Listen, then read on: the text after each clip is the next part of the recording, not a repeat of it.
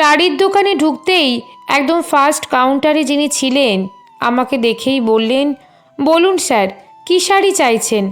কটনের ছাপা শাড়ি কি আছে? তাহলে দেখান তো। বাড়িতে পরার জন্য? হ্যাঁ বলতেই বেশ কয়েকটা শাড়ি আমাকে দেখাতে লাগলেন।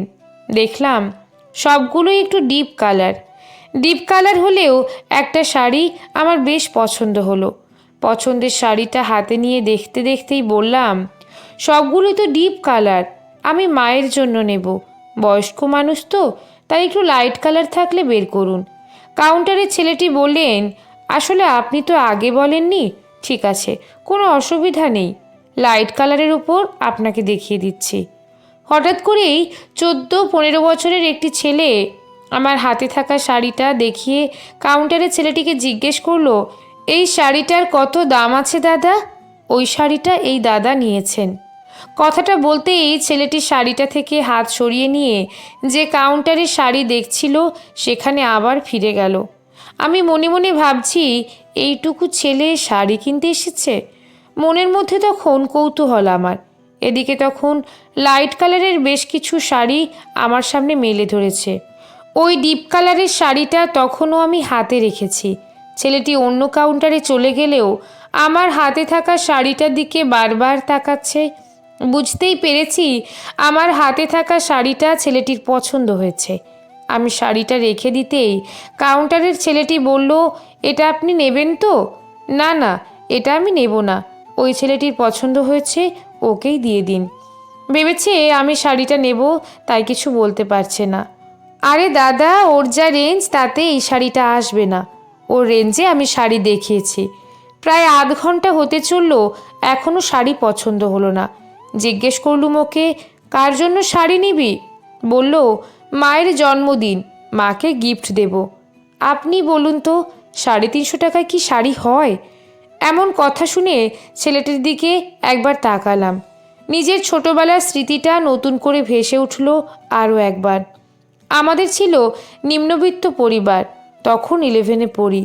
পুজোতে মাকে উপহার দেব বলে একটা শাড়ি কিনে নিয়ে এসে মাকে দিয়ে বলেছিলাম, মা, তোমার জন্য এনেছি। শাড়িটা দেখে মা তো অবাক। জিজ্ঞেস করেছিল, এতগুলো টাকা তুই কোথায় পেলি? কোত্থেকে আবার? টিফিন খরচের টাকা বাঁচিয়ে। আমার অনেক দিনের শখ ছিল, সেটাই পূরণ করলাম। মায়ের চোখ জলে ভেসে যাচ্ছিল। মা যে সেদিন কী পরিমাণে খুশি হয়েছিল বলে বোঝাতে পারবো না। কেন জানি না, বুকের ভিতরটা যেন কেমন করে উঠল আমার। ছেলেটির দিকে তাকিয়ে আমার কল্পনেত্রে এক অনির্বচনীয় আনন্দের ছবি ভেসে উঠল, যেখানে রয়েছে ছেলেটি আর ওর মা। কাউন্টারে ছেলেটিকে বললাম, এই শাড়িটা ওই ছেলেটিকে প্যাক করে দিন। এটার দাম যে অনেক বেশি, 680 টাকা দাম আছে। বাকি টাকাটা আমি দিচ্ছি। ও তো জানে না শাড়ির দাম কত, ওকে কিছু বলতে হবে না।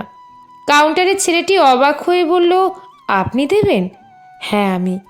ছেলেটিকে ডেকে জিজ্ঞেস করতে ছেলেটি বলল, হ্যাঁ, এটা আমার খুব পছন্দ হয়েছে। ওই দাদা নিয়েছে বলে আমি কিছু বলিনি। এটা 350-র মধ্যে তো?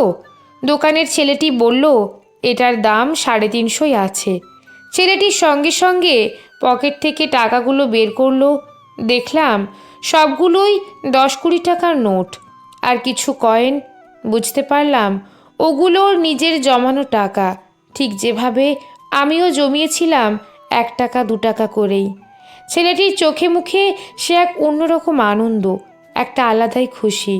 নিজের জমানো টাকা দিয়ে অনেক বড় একটা আনন্দ কিনে নিয়ে গেল। বাবা মাকে খুশি করতে পারার মধ্যে যে কত বড় সুখ লুকিয়ে থাকে, যারা করে তারাই একমাত্র জানে। সামান্য টাকাতেও কিন্তু অনেক বড় সুখ কেনা যায়। কলমে সরজিৎ ঘোষ, পাঠে রুম্পা বিশ্বাস।